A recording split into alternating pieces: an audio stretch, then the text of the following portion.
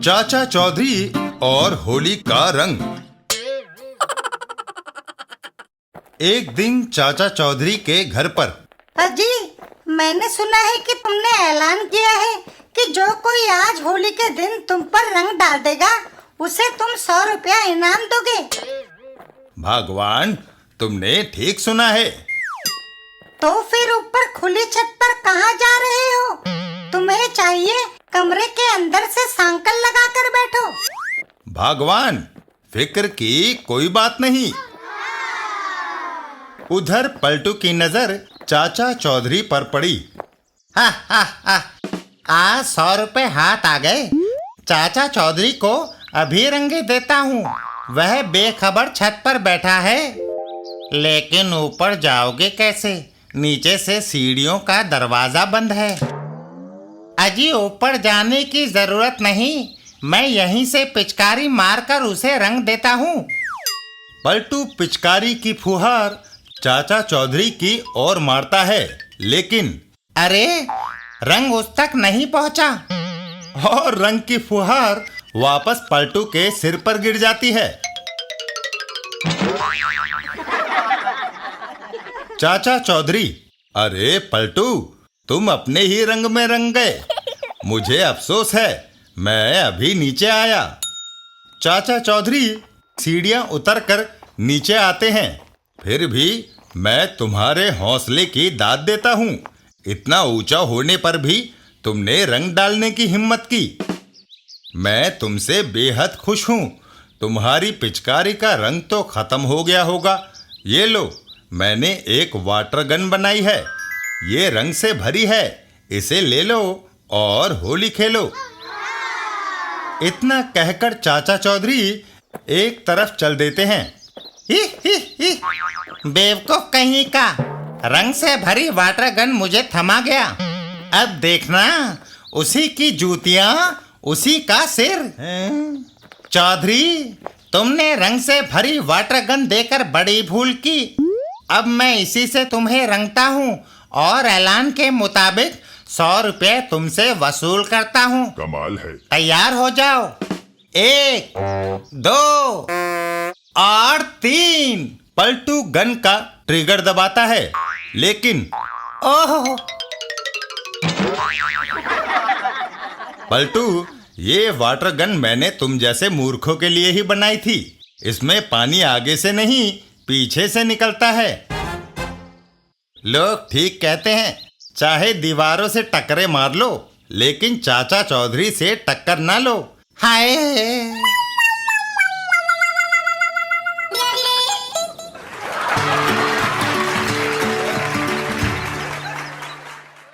चाचा चौधरी और लॉटरी का इनाम। एक दिन चाचा चौधरी और चाची। अरे भगवान, कुछ दिन पहले तुमने एक लॉटरी का टिकट खरीदा था। हाँ, खरीदा था। क्या वह तुम्हारे पास है? हाँ, ये लो। गजब हो गया भगवान, तुम्हारा 7 लाख रुपए का पहला इनाम निकला है। ये सुनकर चाची बेहोश हो जाती है। ओह, वह बेहोश हो गई। टिंगू मास्टर, जल्दी से पानी लाओ। चाचा चौधरी पानी के छींटे चाची के मुंह पे मारते हैं।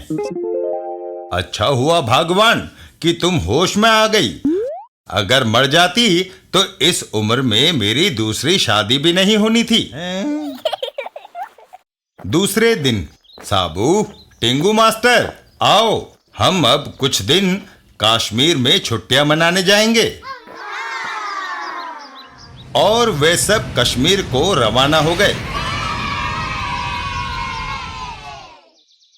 कश्मीर पहुंचकर हम होटल में नहीं ठहरेंगे। जो मजा खुली हवा में है वह बंद कमरों में नहीं। वहां टेंट गाड़ लो। टेंट गाड़ने के बाद आओ भगवान, जरा टहलाएं। तभी चाचा चौधरी, वे 7 लाख रुपए यही निकाल कर रख दो, नहीं तो ये छुरा तुम्हारे आर पार हो जाएगा। तुम्हें कैसे पता चला कि मेरे पास 7 लाख रुपया है?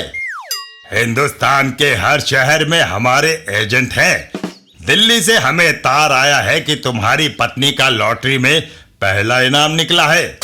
आप ज्यादा देर ना करो, नहीं तो। सचमुच तुम बड़े होशियार हो, लेकिन मेरी जेब में तो इतना रुपया आ नहीं सकता। वह उस टेंट में रखा है, जाओ ले लो। दोनों बदमाश टेंट की ओर दौड़ लगा देते हैं। वाह, ये तो इतनी जल्दी मान गया। 7 लाख अब अपने हैं। तभी ओह, ये क्या? बाप रे! साबू उन्हें दबोच लेता है। क्यों बड़ी दादागिरी दिखा रहे थे? माफ कर दो, रहम। इधर चाचा चौधरी और चाची, साबू उनसे निपट लेगा। आओ थोड़ी देर हम शांति से ताजा हवा खाए भाग्यवान।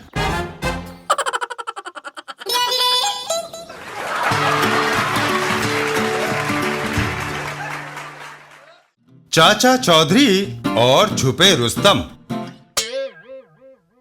एक दिन चाचा चौधरी और साबू कहीं जा रहे थे। आओ साबू, ये पैसा बैंक में जमा कराएं। क्या यह अपना है? नहीं, ये पैसा एक चैरिटी ट्रस्ट का है और उसी के अकाउंट में जमा होगा। डाकू डग्गू, धमाके, ये किस कबूतर को पकड़ लाया? ये जनाब छुपे रुस्तम हैं। जेब काट कर 9-2-11 हो जाते हैं और किसी ऐसी जगह छुपते हैं जहां कोई ना ढूंढ सके। एक बार गलती से मैंने मिनिस्टर की पॉकेट मार दी। फिर क्या था, शहर की कोतवाली की सारी पुलिस मुझे ढूंढने में लग गई, मगर मैं उन्हें ना मिला। तो तुम कहाँ छुपे थे? शहर की कोतवाली में। जब सारी पुलिस मेरी तलाश में सारे शहर में फैली पड़ी थी, तो वही एक जगह ऐसी थी जहां पुलिस नहीं थी। कमाल है। शाबाश, सचमुच तुम्हारे दिमाग की दाद देनी पड़ेगी। मुझे खबर मिली है कि चाचा चौधरी ढेर सारा रुपया बैग में रखकर बैंक को जा रहा है। मुझे वह बैग चाहिए। छुपे रुस्तम वहां से दुड़की लगा लेता है। ये तो मेरे बाएं हाथ का काम है। रास्ते में ओहो बैग, साबू उसके पीछे दौड़ लगा देता है। मैं अभी लाता हूँ चूहे को पकड़कर। थोड़ी दूर जाने पर अरे कहाँ गायब हो गया वह? इस लकड़ी की बेंच पर बैठकर ठंडे दिमाग से सोचना चाहिए कि वह कहाँ छुप सकता है। साबू लकड़ी की बेंच पर बैठता है तो बेंच टूट जाती है।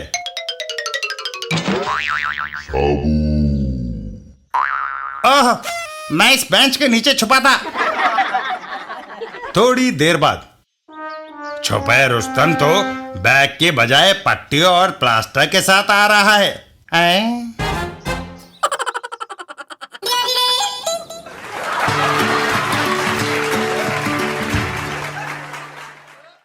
चाचा चौधरी और गब्बर सिंह से टक्कर। एक दिन चाचा चौधरी जब रास्ते में कहीं जा रहे थे तो चाचा जी, डाकू गब्बर सिंह पुलिस की गिरफ्त से भाग निकला है। घबराने की कोई बात नहीं, इतना कहकर चाचा चौधरी आगे चल देते हैं। चल भाई राजा, जल्दी चलो। डाकू गब्बर सिंह, खबरदार, वही खड़े रहो। गब्बर सिंह, लेकिन मेरे पास कानी कौड़ी भी नहीं है। मुझे पैसे नहीं, तुम्हारा ये घोड़ा चाहिए। पुलिस मेरे पीछे लगी है। अरे, तुम्हारा घोड़ा तो बड़ा अड़ियल है, चलता ही नहीं। अगर तुम कहो तो मैं कुछ कोशिश करूं। तुम कुछ भी करो, मगर इसे जल्दी दौड़ाओ। पुलिस मेरे पीछे आ रही है। अबे बच गए। चाचा चौधरी घोड़े की पूंछ में पटाखों की ही लड़ी बांध देता है। ये तो गया काम से। देखना, अभी यह सरपट भागेगा। पटाखों को आग लगाते ही घोड़ा दौड़ लगा देता है। ओह, अरे तुम कहाँ भागे जा रहे हो? रुको। ओह, ये तो काबू से बाहर हो गया। तभी पुलिस वहां आती है। चाचा जी, आपने डाकू गब्बर सिंह को कहीं देखा है? हाँ, देखा है। कहाँ? जल्दी बताइए, उसे पकड़वाने वाले को 50,000 का इनाम दिया जाएगा।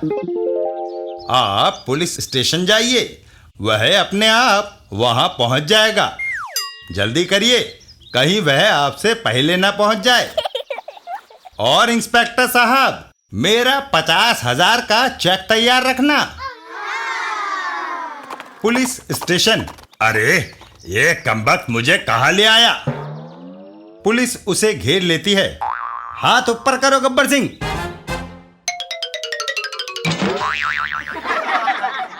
डाकू गब्बर सिंह, ये सब चाचा चौधरी की शरारत है। उसका घोड़ा सिखाया हुआ था। चाचा चौधरी।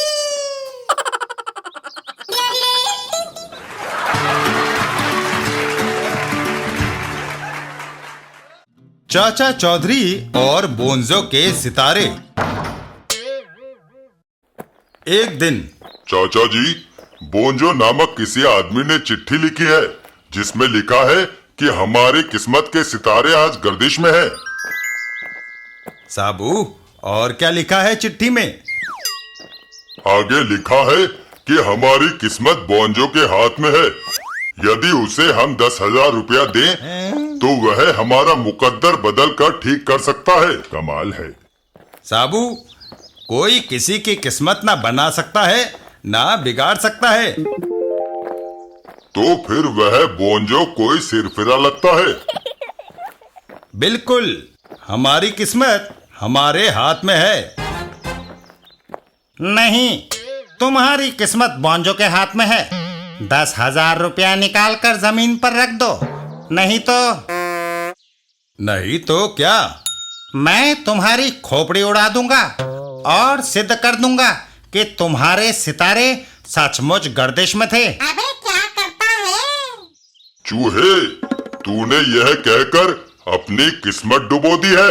ये तो गया काम से। साबू उसे मुट्ठी में जकड़ लेता है। लंबो, मुझे नीचे रख दो। साबू उसे हवा में उछाल देता है और बोंजो सीधा जाकर एक दीवार से टकराता है। आई! अस्पताल। लगता है आज मेरे ही सितारे गर्दिश में थे, जो पहाड़ जैसे आदमी से उलझ पड़ा।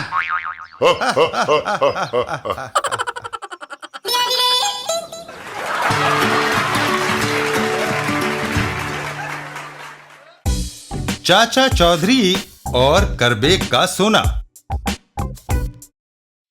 ब्राजील से आया एक नागरिक गोचो। धमाका सिंह, क्या हम दुनिया का सबसे ज्यादा अक्लमंद इंसान नहीं? नहीं। तो फिर कौन? हम सारी दुनिया घूमा। इंग्लैंड, जापान, रूस और अमेरिका के दार्शनिक पंडितों को हमने चतुराई में हराया है। लेकिन तुम्हारा वास्ता भारत के चाचा चौधरी से नहीं पड़ा प्यारे गोचो। तुम कैसे कहता है कि वह चौधरी हमसे भी ज्यादा दानिशमंद है? क्योंकि चाचा चौधरी का दिमाग कंप्यूटर से भी तेज चलता है। हम उसे अक्ल की लड़ाई में हराएगा। तुम भी तमाशा देखना। हमको उसके पास ले चलो। नाले पंगा। चलिए। ये तो गया काम से। चाचा चौधरी के घर पर। साबू, तुम्हारी चाची ने आज चाय बहुत अच्छी बनाई है। वह तो हमेशा ही जायकेदार चाय बनाती है चाचा जी। मेरी नाक में अचानक खुजली होने लगी है। नाक में कोई चींटी घुस गई होगी, उसे निकाल दीजिए, खुजली खत्म हो जाएगी। नहीं साबू, ये किसी मुसीबत के आगमन की पूर्व सूचना है। तभी धमाका सिंह गोचो को लिए वहां आता है। कहो भाई धमाका सिंह, इस बार क्या धमाका करने आए हो? चाचा जी, दुनिया के बहुत ही तीक्ष्ण बुद्धि वाले इंसान गोचो को आपसे मिलाने लाया हूँ आज मैं। चौधरी, क्यों ना हम दो बुद्धिमानों में दोस्ती हो जाए। हमारे मुल्क के रिवाज के मुताबिक जब दो आदमियों में दोस्ती होती है तो वह एक दूसरे को फूल मारता है। ऐसी बात है तो तुम साबू से दोस्ती कर लो। तुम उसे फूल मारो, वह तुम्हें मारेगा। नहीं, जैसा हम अक्लमंद वैसा तुम। हम तुमसे ही दोस्ती करेगा। क्या हम तुम्हें फूल मारें? अच्छा बाबा, मारो। हा हा हा, फंस गया जाल में। अबे क्या करता है? मैं तो समझा था कि तुम गुलाब का फूल मारोगे। बात फूल का हुआ था, गुलाब या गोभी का नहीं। कमाल है। इतना कहकर गोचो चाचा चौधरी पर गोभी का फूल दे मारता है। धमाका सिंह, आओ चले, उसे हमने मात दे दी। तभी गोचो के सिर से एक गमला आकर टकराता है। तुमने हमको गमला मारा? नहीं, फूल वह गमले में था। चाचा चौधरी, मैंने तुम्हें कहा था कि चाचा चौधरी को मत छेड़ो। अब तुम सिर पर अंडा लेकर जा रहे हो। मैंने कहा अगर फूलों की मारा मारी बंद हो गई हो तो अंदर आकर टेलीफोन सुन लो। हेलो, कौन? प्रोफेसर करबे, कहो कैसे याद किया? चौधरी, मैं तुम्हें एक आश्चर्यजनक चीज दिखाना चाहता हूँ जो तुमने आज तक ना देखी हो। भाई, ऐसी क्या चीज है? बिना यहाँ आए उस अद्भुत चीज का तुम्हें पता नहीं चल सकता। बिना वक्त खोए चले आओ। साबू, आओ, प्रोफेसर करबेक ने बुलाया है। क्या कोई खास बात है चाचा जी? फोन पर कह रहा था कि वह हमें कोई कीमती चीज दिखाना चाहता है। शायद उसने कोई नया आविष्कार किया है। प्रोफेसर करबेक के यहाँ। कहो प्रोफेसर, कहाँ है वह चमत्कारी वस्तु जो तुम हमें दिखाने के लिए उतावले थे? मेरे हाथ में बस एक मामूली पाउडर की शीशी दिखाने के लिए यहाँ बुलाया। मैं तो समझता था कि तुम जैसा प्रसिद्ध वैज्ञानिक महत्वपूर्ण आविष्कार करता है। ये आविष्कार भी कोई मामूली नहीं। मेरे हाथ में क्या है? लोहे का एक मामूली चमचा। मैं अपने नए आविष्कार का थोड़ा पाउडर इस कपड़े पर डालता हूं। फिर पाउडर लगे कपड़े को लोहे के इस चमचे पर घिसाता हूं। और अब देखो वही चमचा। मुझे निराशा हुई। चमचे, कटोरियां पॉलिश करने का आम पाउडर बाजार में 2 रुपए का मिलता है। चौधरी, जो चमचा तुम्हारे हाथ में है वह खाली सोना बन चुका है। मेरा आविष्कार लोहे को सोने में बदलने वाला है। कमाल है। तो प्रोफेसर, तुमने भलाई का पथ छोड़कर करोड़पति बनने का इरादा कर लिया है ताकि बाकी जिंदगी ऐशो आराम से गुजार सको। चाचा चौधरी, तुम मुझे गलत समझे। ये आविष्कार भी करोड़ों इंसानों की भलाई के लिए है। तो मैं क्या समझ लूं कि तुम सोना बनाकर गरीबों और यतीमों में बांट दोगे? नहीं, विश्व भर में लाखों मनुष्य कैंसर की बीमारी जिसका कि कोई इलाज नहीं है से मर रहे हैं। मैं अपने आविष्कार से जो सोना बनाऊंगा उससे एक कैंसर रिसर्च इंस्टीट्यूट खोलूंगा जहां पर इस घातक बीमारी के इलाज की खोज की जाएगी ताकि फिर कोई प्राणी ना मरे। मेरे रिसर्च इंस्टीट्यूट का एक मॉडल भी तैयार है। कुछ ही दिनों में मेरा ये सपना साकार हो जाएगा। प्रोफेसर, क्या कैंसर इंस्टीट्यूट के लिए किसी अन्य तरीके से पैसा जमा नहीं हो सकता? क्यों? आखिर मैं ये सब मनुष्य जाति की भलाई के लिए ही तो कर रहा हूं। दोबारा सोच लो प्रोफेसर। साबू, चलो। चाचा जी, आखिर प्रोफेसर करबेक ने ऐसा क्या किया है? उसने बड़े जोखिम का काम किया है साबू। लोहे को सोने में परिवर्तित करने का तरीका ढूंढ निकाला है। प्रोफेसर करबेक का असिस्टेंट बारदुल, आओ, हमें पीछे के कोर्टयार्ड में जाना है जहां लोहा पड़ा है। इस सारे लोहे को हमें कीमती धातु में बदलना है। ये पाउडर थोड़ा थोड़ा तुम इन पर मलते जाओ। और फिर वह अद्भुत प्रक्रिया शुरू हुई। सोना, 100% खालिस सोना। श्रीमान, यह सब सोने के बन चुके हैं। अब आप अपने चश्मे की कमानी को सोने का कर लीजिए। पर अब वह अद्भुत पाउडर कहाँ बचा है? इस सारे सोने को बेचने के लिए ट्रक पर लाद कर ले जाओ। जितना धन मिले सबको कैंसर रिसर्च इंस्टीट्यूट ट्रस्ट के खाते में बैंक में जमा करा देना, समझ गए? अगर ये सोना हमें मिल जाए तो हम शेष जिंदगी यूरोप के किसी प्रमुख नगर में आराम से बिता देंगे। ट्रक पर सोना लाद दिया गया। जब ये काम हो जाए तो मुझे फोन कर देना। श्रीमान, आप फिक्र ना करें। और फिर सोने से लदा ट्रक चल दिया। रास्ते में बिना शोर के नीचे उतर आओ। प्रोफेसर करबेक के फोन की घंटी बजती है। बारदुल ने इतनी जल्दी सारा सोना बेच दिया। कोई मालदार आसामी मिल गई होगी। क्या प्रोफेसर करबेक है? जी हाँ। आपका आदमी बारदुल माल रोड पर मृत पड़ा है। उसके जेब से जो डायरी मिली उसमें आपका नाम व टेलीफोन नंबर देखकर मैं आपको फोन कर रहा हूँ। प्रोफेसर चाचा चौधरी के पास पहुंचा। अरे प्रोफेसर, बड़े घबराए हुए हो। बात ही कुछ ऐसी है चौधरी। मेरा असिस्टेंट सोने से लदा ट्रक बेचने गया था। वह माल रोड पर मृत पड़ा है। प्रोफेसर, तुमने जो आविष्कार किया था ये उसकी पहली चोट है। तुम अपनी लेबोरेटरी में जाओ, बाकी हम देखते हैं। चाचा चौधरी और साबू घर से बाहर निकल जाते हैं। साबू, आओ। घटना स्थल पर जब चाचा चौधरी पहुंचे तो पुलिस वहां मौजूद थी। चाचा जी, अब हमारी यहाँ क्या जरूरत है? जरूरत है साबू। सोडे से भरा ट्रक गायब है। पुलिस को अपना काम करने दो, हम अपना करेंगे। लेकिन हमें कैसे पता चलेगा कि सोने से भरा ट्रक किधर गया? देखो, उस ट्रक के टायरों के निशान। क्या ये काफी नहीं है? आओ, हम उधर चलेंगे जिधर ये ट्रक के निशान गए हैं।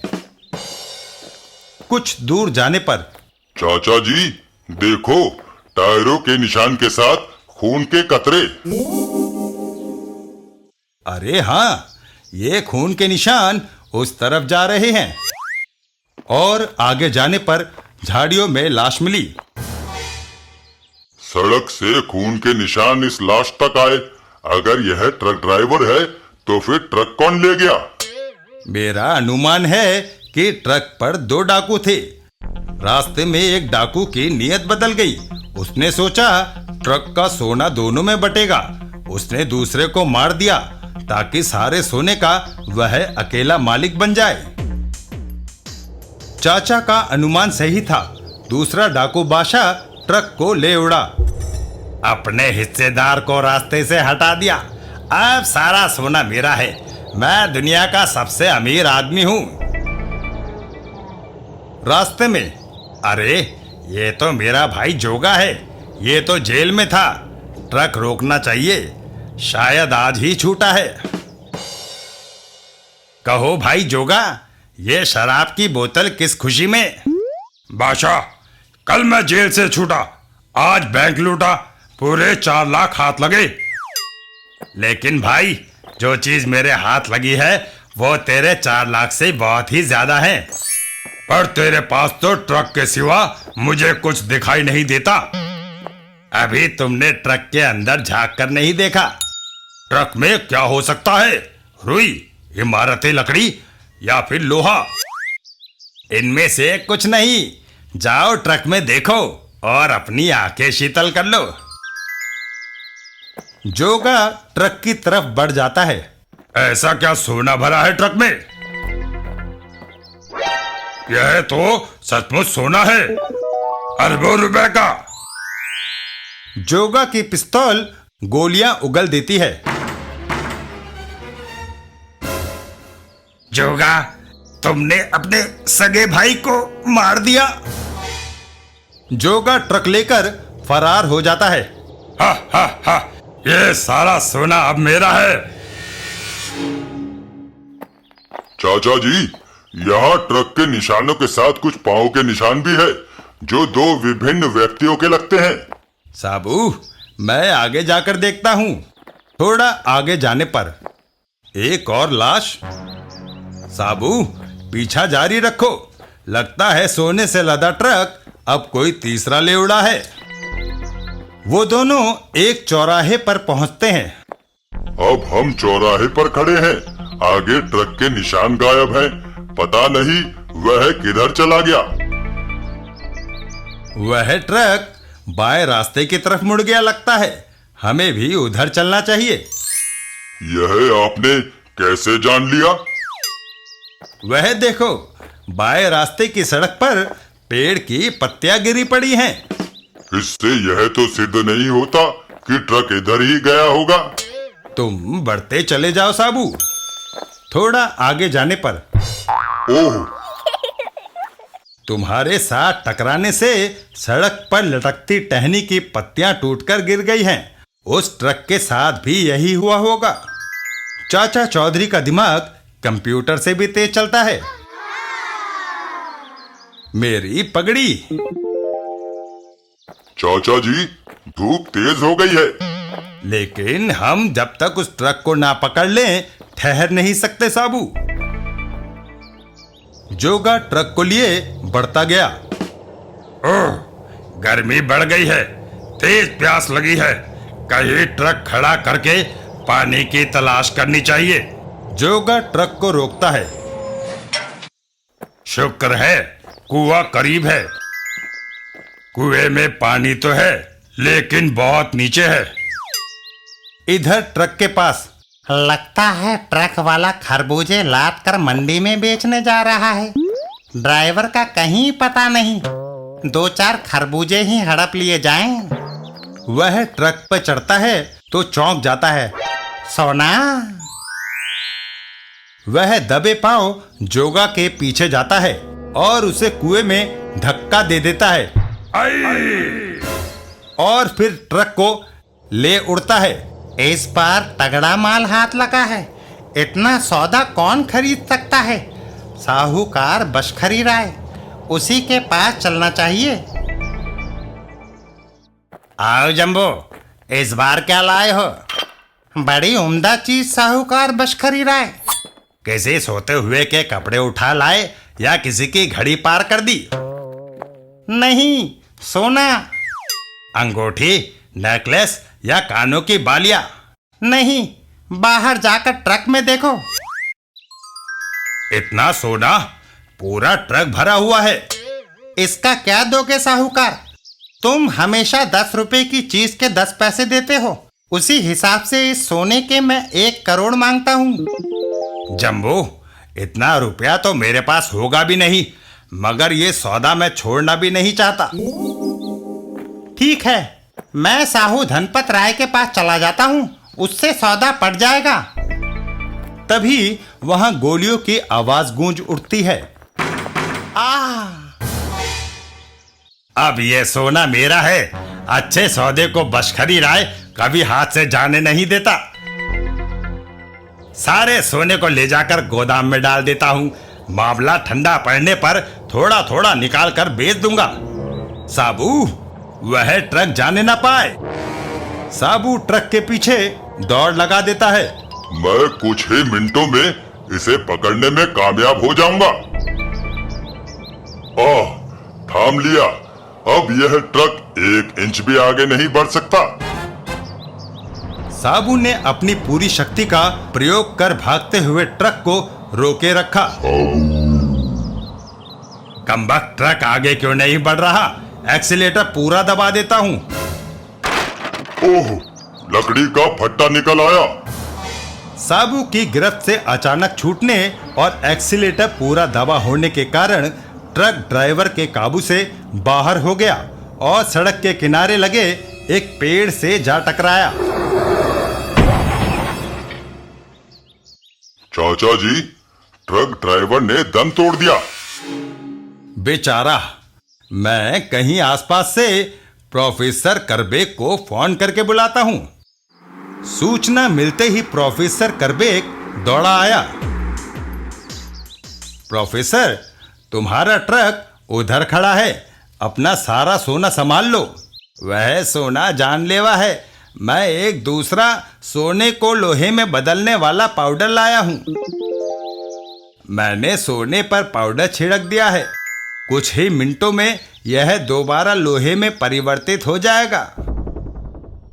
चौधरी देखो, खालिस लोहा। लेकिन सोने का ये टुकड़ा जो छिटक कर दूर जा गिरा था, पाउडर से वंचित रह गया है। इसे मैं यादगार के रूप में अपने पास रख लेता हूं।